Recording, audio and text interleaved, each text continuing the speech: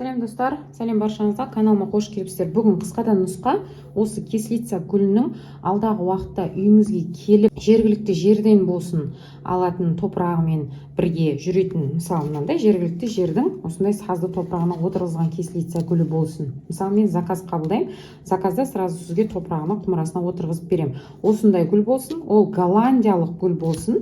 Мен сізге сразу отырғызып берем.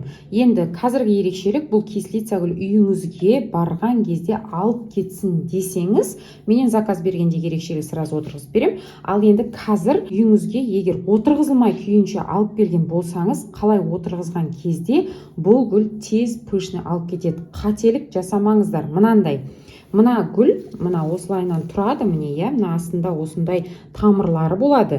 Осы тамырларға қарау керек. Және де алған кезде осындай гүл атып тұрғандарына, жаңадан жапырақ шығарып кеткеннің барлығына қарау керек. Ол біріншіден, екіншіден осындай қылқанды тамырлы болып келеді. Тамырларында осындай сары тамырлар болады. Ерекшелігі. Сосын бұны былай шашыратып алып, бейтіп, ашып, тамырына тиісіп, оны бөлудің қажеті жоқ, ол үлкен қателік. Екіншіден, дренаж міндетті түрде болу керек, хотя бы бір слой жұқалап салсаңыз да. Үшіншіден, мына қолыңызбен осылай қалай топырағынан жергілікті жердің топырағын, мысалы, мына мен босатып тұрмын. Осылайынан қолыңызбен осылай қысасыз да, топырағыңызды дайындайсыз. Каналымда осы топырақтың, құнарлы топырақтың дайындалуы бар. Көріп алыңыздар. Видеоны соңынан қарасаңыздар, ссылка қалдырып өтем.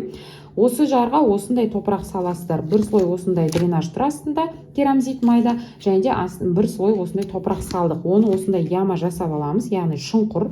Өйстіп аласыздар да, мынаны осылай отырғызасыздар, және бақылап қарап көресіздер.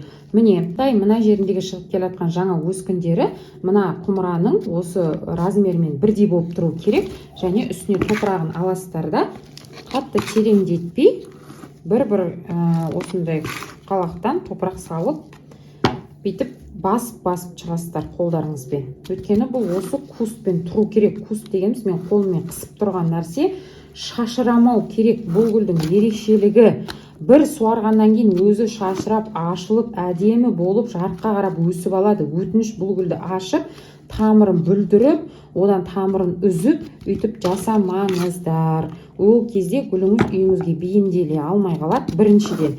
Екіншіден, стресс алып қалады. Сосын алады да, бұл гүл сізде өспей қояды. Өлтіріп алам деп айтып жатқан кісілерге айтарым, жаңадан алып гүлді отырғызатын кісілерге де айтарым.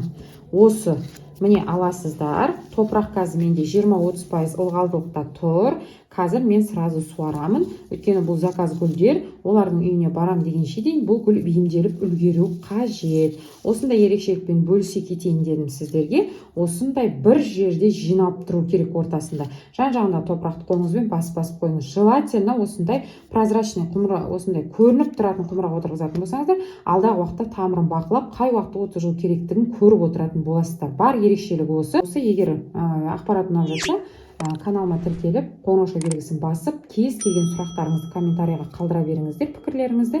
Келесі видео кездескенше қош сау саламатта болыңыздар.